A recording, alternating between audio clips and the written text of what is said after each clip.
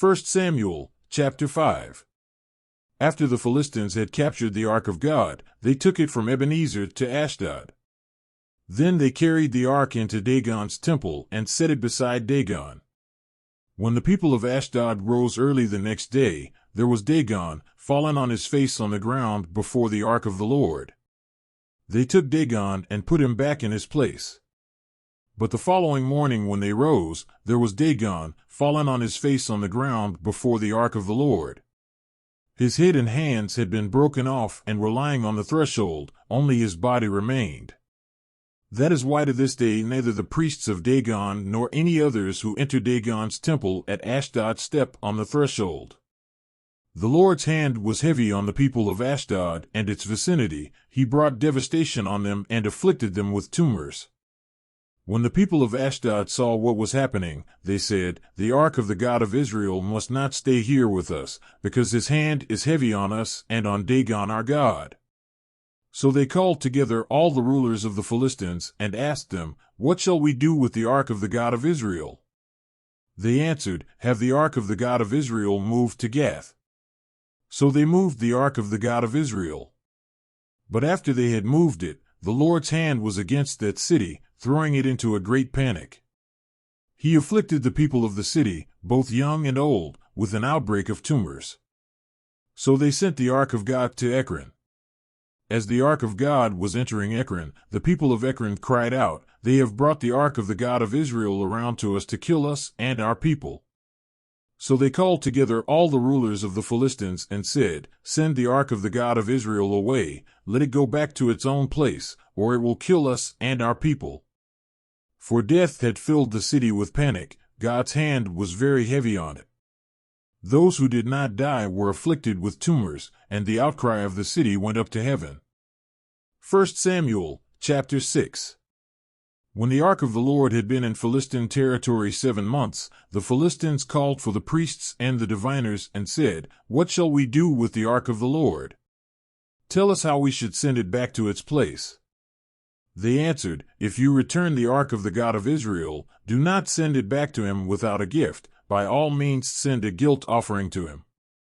Then you will be healed, and you will know why his hand has not been lifted from you." The Philistines asked, "What guilt offering should we send to him?" They replied, 5 gold tumors and 5 gold rats, according to the number of the Philistine rulers, because the same plague has struck both you and your rulers. Make models of the tumors and of the rats that are destroying the country, and give glory to Israel's God. Perhaps he will lift his hand from you and your gods and your land. Why do you harden your hearts as the Egyptians and Pharaoh did? When Israel's God dealt harshly with them, did they not send the Israelites out so they could go on their way? Now then, get a new cart ready, with 2 cows that have calved and have never been yoked.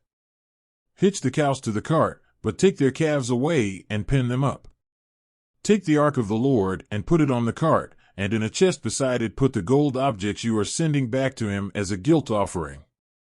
Send it on its way, but keep watching it. If it goes up to its own territory, toward Beth Shemesh, then the Lord has brought this great disaster on us. But if it does not, then we will know that it was not his hand that struck us, but that it happened to us by chance." So they did this. They took 2 such cows and hitched them to the cart and pinned up their calves. They placed the ark of the Lord on the cart, and along with it the chest containing the gold rats and the models of the tumors.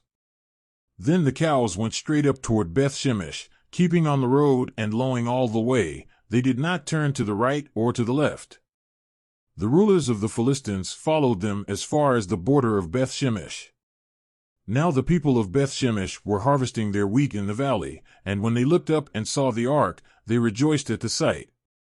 The cart came to the field of Joshua of Beth Shemesh, and there it stopped beside a large rock. The people chopped up the wood of the cart and sacrificed the cows as a burnt offering to the Lord. The Levites took down the ark of the Lord, together with the chest containing the gold objects, and placed them on the large rock. On that day the people of Beth Shemesh offered burnt offerings and made sacrifices to the Lord. The 5 rulers of the Philistines saw all this and then returned that same day to Ekron. These are the gold tumors the Philistines sent as a guilt offering to the Lord, one each for Ashdod, Gaza, Ashkelon, Gath, and Ekron. And the number of the gold rats was according to the number of Philistine towns belonging to the 5 rulers, the fortified towns with their country villages. The large rock on which the Levites set the ark of the Lord is a witness to this day in the field of Joshua of Beth-Shemesh. But God struck down some of the inhabitants of Beth-Shemesh, putting 70 of them to death because they looked into the ark of the Lord. The people mourned because of the heavy blow the Lord had dealt them. And the people of Beth-Shemesh asked, "Who can stand in the presence of the Lord, this holy God? To whom will the ark go up from here?" Then they sent messengers to the people of Kiriath-Jearim, saying, "The Philistines have returned the ark of the Lord. Come down and take it up to your town."